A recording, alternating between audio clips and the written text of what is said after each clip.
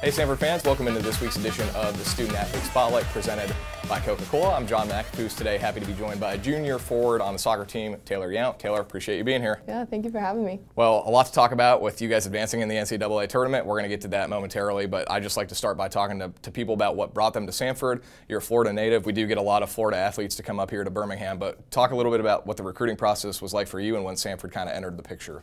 Yeah, so I committed to Samford like really young. I feel like I was, by the end of my sophomore year in high school, I was already committed, but I had gone on a couple tours to bigger schools like UCF, Wake Forest. I was supposed to come visit or go visit Arkansas when I came and visited here, but after I visited Samford for my unofficial, I just kind of knew that this is where I wanted to be for the next 4 years, and I just felt really good about my decision coming here. What was it that kind of stuck out to you about Samford's campus?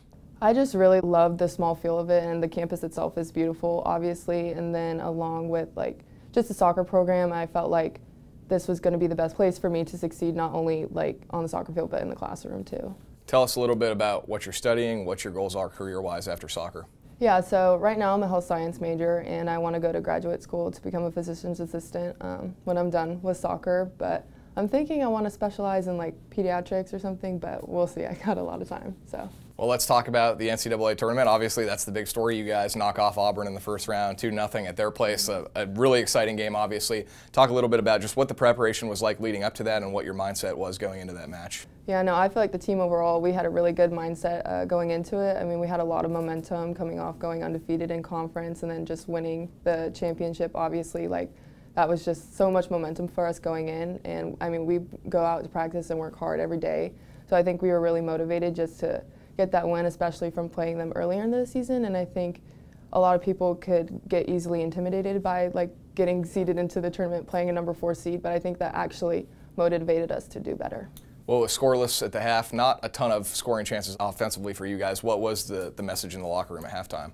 Yeah, so when we went into halftime, we obviously knew like we could play better, and I'm sure nerves were playing a huge part into how the game was going. Like obviously we were probably playing a little frantic, but I think we're a very good team at realizing like, okay, we need to do better at this and actually implementing that into the second half. Like we knew we needed to get some chances, and thankfully we were able to create those and we finished them when we needed to. So yeah, let's talk about the 2 goals. They both come late in the second half. Mary Raymond scores first, puts you guys in front. Obviously that's got to be a little bit of a weight off your shoulders, yeah. And then you get that insurance goal late that kind of, I don't want to say seals the deal, but at that time you had to be feeling pretty confident about what the result would be. Just kind of walk us through those 2 goals from your perspective. Yeah, you know, being the forward, I get a good view of all the goals, but I just knew as soon as Mary struck that ball that was going to be in the back of the net. I knew there was no way that keeper was going to get to it. It's just one of those goals where it's like, you just know that's going to be a goal.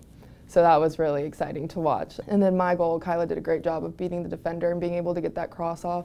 I'm just thankful I was able to put it in the back of the net. We do that at practice a lot, so I'm glad it paid off.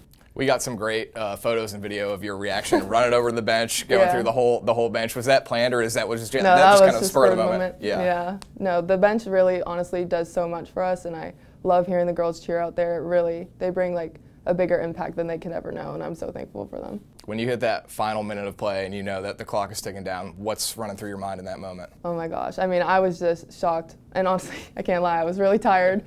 But I just knew, like, I was just so proud of each and every one of us. I mean, we have worked so hard throughout the whole season, and just to see that our hard work and like determination had paid off, it was really something special, and I'm going to remember that for like the rest of my life. I want to make sure we mention the crowd too, because in that second half, it sounded like a Samford home game, and it did not sound like you guys were playing at Auburn. Yeah, the crowd played a huge role too. I mean, it's awesome to hear them chant the Samford U stuff. So.